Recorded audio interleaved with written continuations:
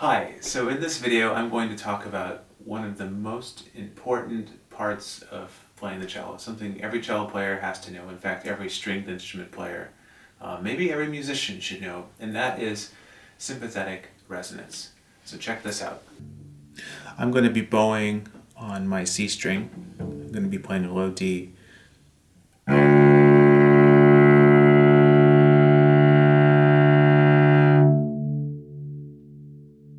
So you can see that even though I'm playing on the fourth string, the C string, as soon as I start doing that, my second string D starts to ring and move. So does the A string.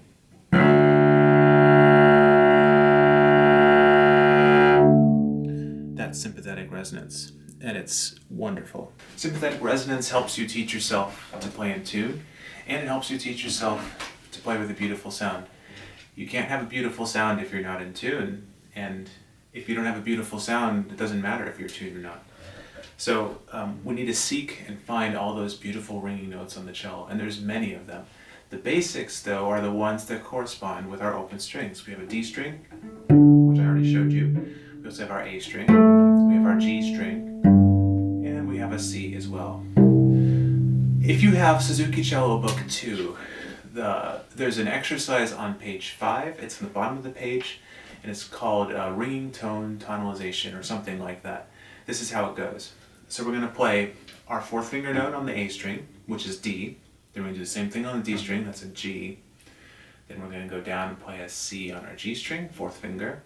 Then we're out of low strings, so that we switch to the first finger, and that plays an A. Then we switch to the first finger on our low C string, and that plays a D.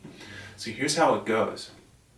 Each one of these notes corresponds to an open string, and when we play it, we're seeking that resonance to activate that open string that we're not touching to get it to ring. And then we know that we're really finding the core of the tone in our cello. And of course, this all assumes that you're in tune, so make sure you tune your cello carefully. So here is how it sounds, and you should play this slow, and you should listen deeply when you play it.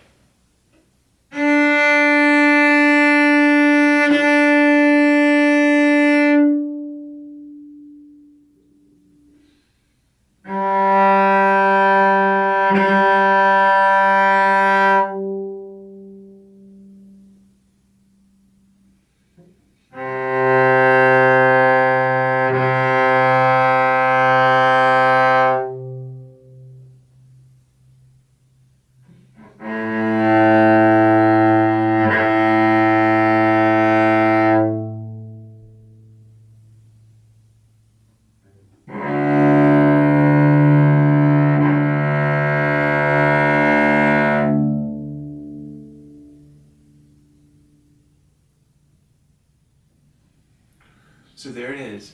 A couple of things just to take note of. When you go to the first finger on the G string for the first time, make sure that it's curved so you're not accidentally touching your A string, because if you do that, your A string won't be able to ring because it's being dampened by the finger. Also, a lot of students tend to, when they cross from the G string to the C string with that first finger, they tend to think that they're going straight across, but they're actually going at a slight angle. This is called a parallax error. You think you're going straight across, but you're going actually a little bit higher on the C string, and then you're a little out of tune. And it sounds like that. So I want to make sure that it's truly going across the string. And this is actually a great way to practice that, because we're going to follow our ear and not our eye, and then your finger will start to learn the new way to do that.